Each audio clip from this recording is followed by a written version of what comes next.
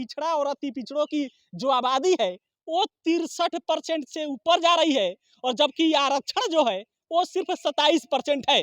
और अब यहीं पर अगर कंपैरिजन कर लीजिए तो जो स्वर्णों की आबादी है वो लगभग 14 से 15% है, और उन लोगों के जो ईडब्ल्यूएस की जो आरक्षण है वो 10% है। और यही इस डेटा के अनुसार 63% से अधिक पिछड़ा और अति पिछड़ों की आबादी है। और इसका मतलब ये कि अब 27% से आरक्षण बढ़ेगा, और अब जितना कह लीजिए कि आबादी है उसके हिसाब से आरक्षण करना पड़ेगा, क्योंकि ये तेजस्वी यादव, लालू प्रसाद यादव और सामाजिक न्याय की बात करने वाले जितने भी नेता हैं सब ये जब दम भरते हैं तो उनको करना पड़ेगा। और जब जातीय आधारित गणना का डेटा आएगा उस डेटा के हिसाब से किसको कितने आरक्षण की जरूरत है वो बढ़ाया जाएगा।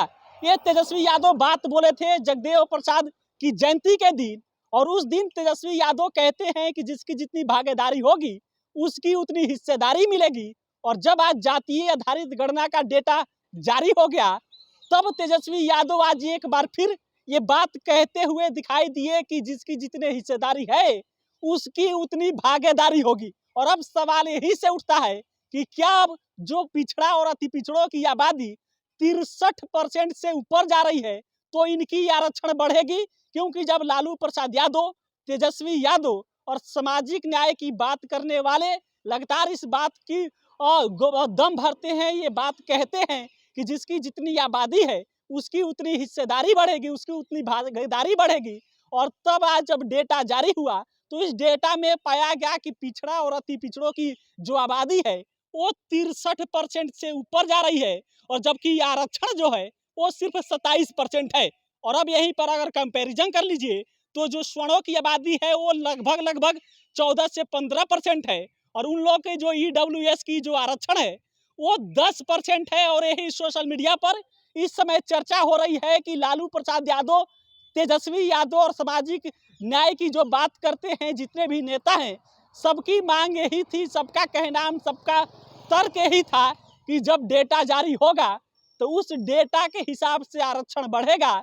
और अब डेटा जारी हो गया है और इस डेटा के अनुसार 63% से अधिक पिछड़ा और अति पिछड़ों की आबादी है, और इसका मतलब ये कि अब 27% से आरक्षण बढ़ेगा। और अब जितना कह लीजिए कि आबादी है उसके हिसाब से आरक्षण करना पड़ेगा, क्योंकि ये तेजस्वी यादव, लालू प्रसाद यादव और सामाजिक न्याय की बात करने वाले जितने भी नेता हैं सब ये जब दम भरते हैं तो उनको करना पड़ेगा। आज डेटा जारी हुआ है और उस डेटा के अनुसार जो अति पिछड़ा और पिछड़ों की आबादी है एक में मिलाकर देखा जाए तो 63% से ऊपर इनकी आबादी जा रही है। जो कहा जा रहा है कि 50% से ऊपर कहा जा रहा था, लेकिन जब डेटा आया तो 63% से ऊपर गया, और तब सोशल मीडिया पर मांग चालू हो गया है कि जब आबादी 63% से अधिक है तो फिर आरक्षण हमको 27% क्यों मिला है।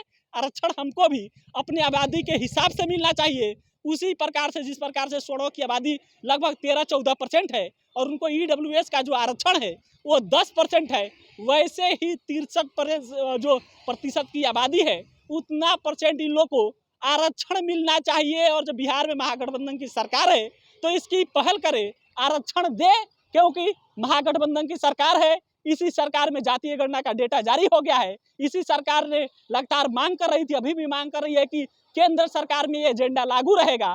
केंद्र सरकार से भी मांग करेंगे कि जितनी आबादी है उतनी हिस्सेदारी मिलनी चाहिए। बिहार सरकार ने जब ये डेटा जारी किया है तो उस डेटा के हिसाब से सोशल मीडिया पे जो अति पिछड़ा समाज के लोग हैं वो तेजस्वी यादव, लालू प्रसाद यादव से मांग कर रहे हैं कि हमको आबादी के हिसाब से हमारे आरक्षण होना चाहिए, हमको हिस्सेदारी मिलना चाहिए। और अब सवाल तेजस्वी यादव के सामने, आरजेडी के सामने, महागठबंधन के सामने, जो सामाजिक न्याय की बात करते हैं उसके सामने, कि क्या अब आबादी के हिसाब से उनकी आरक्षण बढ़ेगा या नहीं बढ़ेगा, या केवल राजनीतिक मुद्दा बनकर रह जाएगा, या फिर सामाजिक न्याय की बातों में रह जाएगा, भाषणों में रह जाएगा, या फिर वास्तव में जमीनी लेवल पर ये लागू हो पाएगा। और लागू होगा तो क्या होगा, तो होगा यही कि 63% आबादी के हिसाब से आरक्षण बढ़ेगा।